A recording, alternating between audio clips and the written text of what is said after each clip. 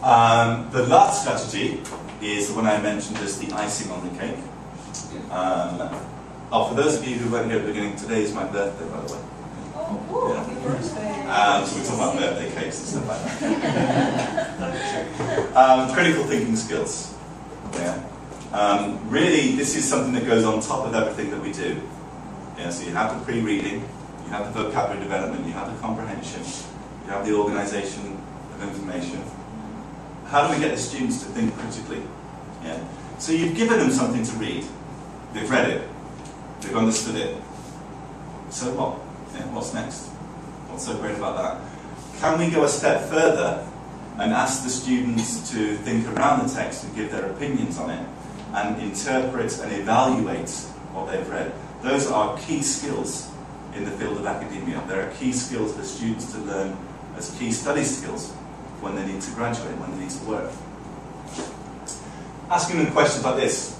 So the teacher changed his behaviour. How did he change his behaviour? What comes next? The passage is finished. You know, can we make some predictions about how the teacher changed the way he did things? Did he start to become late to class himself? Did he extend the class? Did he offer rewards to students who came to class on time? He could have done anything. Yeah. I used to work in a team of 8 people. So I was the manager and I had 7 other people in the team. Every Friday I used to arrange meetings at 9:30 a.m. Okay? Every Friday they came at 9:35, 9:36. Yeah, I hated it. Yeah, because I have something at 10 o'clock or 10:30 I had to do. Yeah. So what I did, how I modified my behaviour was I changed the time of the meeting from 9:30 to 9:29. Yeah. 9:31. 9:27. Yeah. And each week I changed the time. Yeah. And I found that people came exactly on time. Yeah.